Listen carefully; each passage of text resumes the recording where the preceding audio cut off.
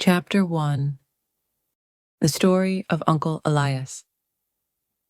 In September 1887, my wife was visiting some of her family, so I was staying with my old friend Sherlock Holmes in Baker Street. It was a windy, stormy evening, and the rain was falling heavily outside. Suddenly, there was a knock at the door. I looked at my friend in surprise.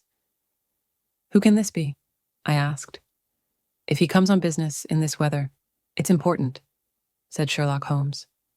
"Come in," he called. A young man came in. He looked wet, tired, and worried. "I've come to ask for help," he said. "I've heard of you, Mr. Holmes.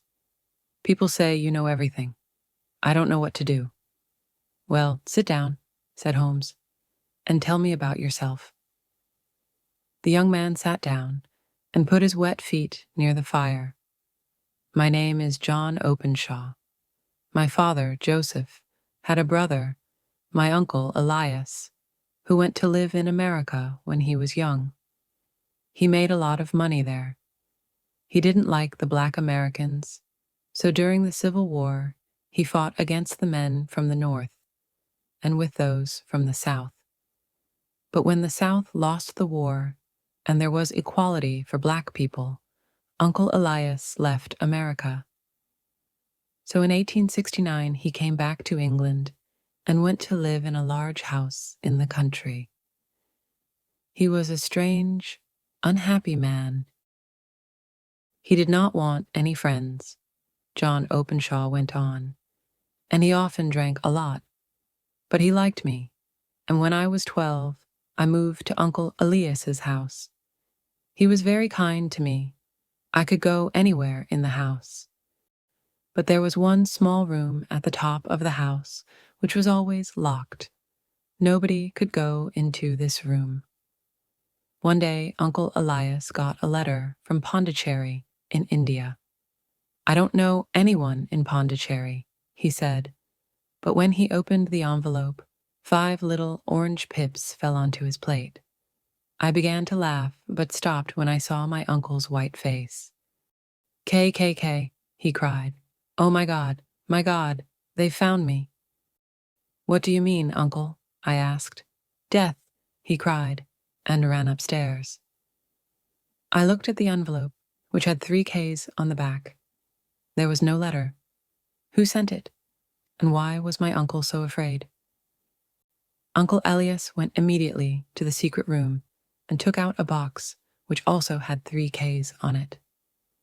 He burnt all the papers in the box and said to me, "John, I know that I'm going to die soon.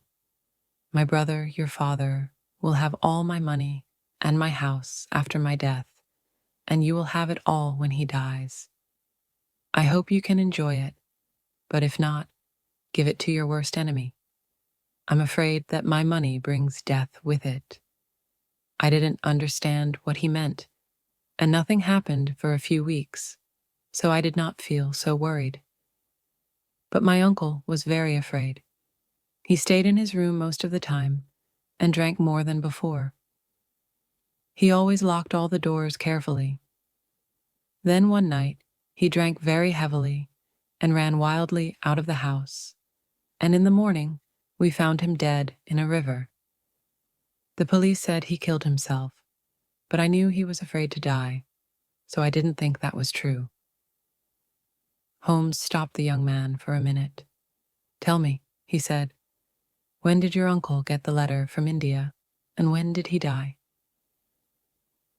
"The letter arrived on 10th of March, 1883, and he died 7 weeks later," answered John Openshaw. "Thank you. Please go on," said Holmes. "After my uncle's death, my father moved into the house. Of course, I asked him to look carefully at the locked room, but we didn't find anything important."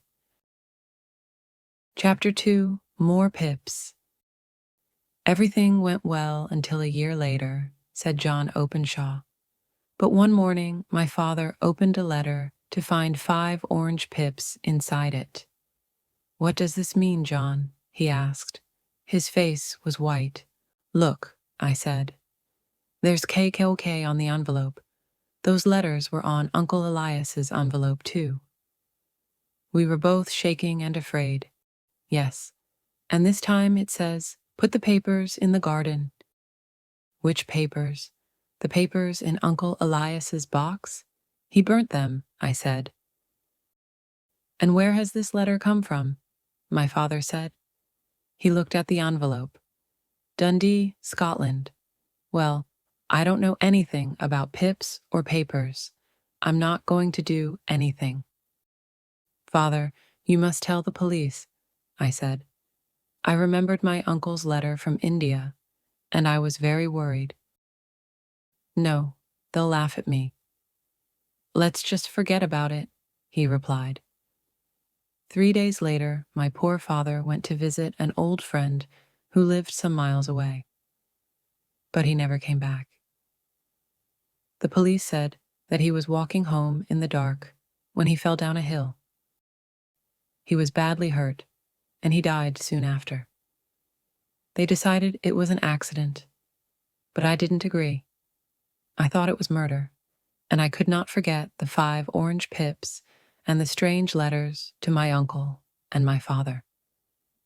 But I've tried to forget, and I've lived alone in that house for nearly 3 years now. Then yesterday I got this.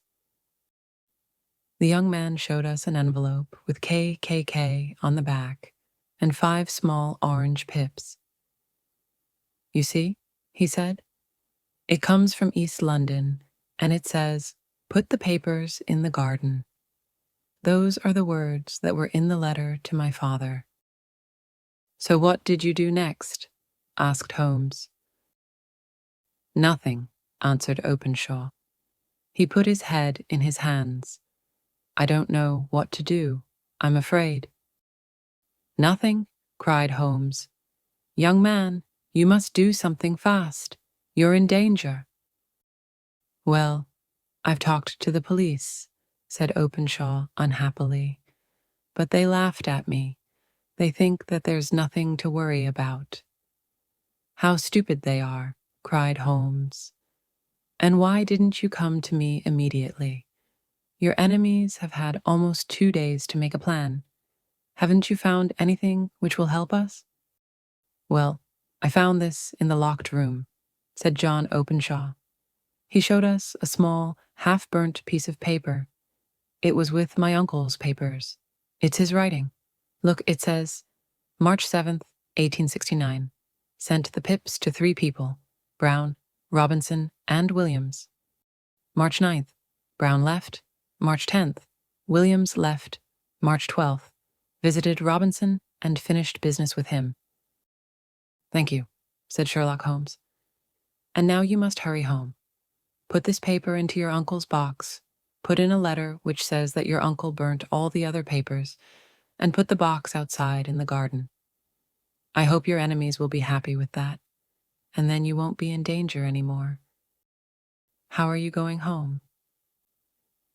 By train from Waterloo Station, replied Openshaw. There'll be a lot of people in the streets, so I think that you'll be all right, but be careful. Thank you, Mr. Holmes, said Openshaw. I'll do everything you say. He went out into the dark night, the wind and the rain.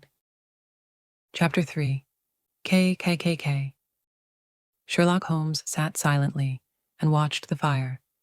Then he said to me, John Openshaw is in real danger. Why did his Uncle Elias have to leave America? Because he had enemies. When he came back to England, he was afraid. That's why he lived a lonely life and locked all his doors so carefully. Now, where did those letters come from? Did you see? The first from Pondicherry in India, the second from Dundee in Scotland, and the third from East London, I answered. Does that tell you anything? Asked Holmes. They're all seaports. The writer was on a ship when he wrote the letters, I replied. I was pleased with my answer. Very good, Watson, said Holmes. Somebody sent some pips from India and arrived 7 weeks later to kill Uncle Elias. Then he sent some pips from Scotland and arrived 3 days later to kill John's father. Do you see why I'm worried now? He has sent pips to John from London. John's enemy is in London already. Good God, Holmes, I cried. Who is this man? More than one man, I think. They belong to the Ku Klux Klan. That explains the KKK. Haven't you ever heard of it? It's a very secret group of Americans from the South. They wanted to stop equality for black people and to kill anyone who didn't agree with them. The police couldn't stop them. But in 1869, Uncle Elias, who belonged to this secret group, suddenly left America with all their papers, and so the group could not go on. Of course, the group wanted to get the papers back. You remember the half-burnt paper? That was Uncle Elias's American diary. While he was working for the KKK, he sent the pips to frighten those 3 men. 2 left the country, but 1 didn't. So the KKK finished business with him or killed him. The KKK always worked like that. Well, I hope they won't kill young Openshaw, I said. Chapter 4, The Last Deaths. But they did. The next morning, we read in the newspaper that John Openshaw was dead. A policeman found him in the river near Waterloo Station. The police said it was an accident, but Holmes was very angry about it. He came to me for help, and those men murdered him. I'm going to find them if it's the last thing I do, he said to me, and he hurried out of the house. In the evening, when he came back to Baker Street, he was tired, but pleased. Watson, he said, I know the names of Openshaw's enemies, and now I'm going to send them a surprise. This will frighten them. He took 5 pips from an orange and put them in an envelope. On it, he wrote, SH for JC. I'm sending the pips, not from the KKK, but from me, Sherlock Holmes, to Captain James Calhoun. His ship is called the Star. He and his men are sailing back to Georgia, USA now. How did you find him, Holmes? I asked. Ship's papers, he said. I've looked at hundreds of them today. Only one ship, the Star, was in the 3 ports at the right times, and this morning the Star left London to sail back to Georgia. I found out that the captain and 2 of his men, all Americans, weren't on the ship last night, so I'm sure they killed poor John Openshaw. When they arrive in America, they'll get the pips, and then the police will catch them. Sherlock Holmes is a very clever detective, but he can do nothing about the weather. The winter storms at sea that year were worse than ever, and so the Star never arrived in Georgia, and nobody saw the captain or his men again. The murderers of John Openshaw did not get the pips, but in the end, death came to them.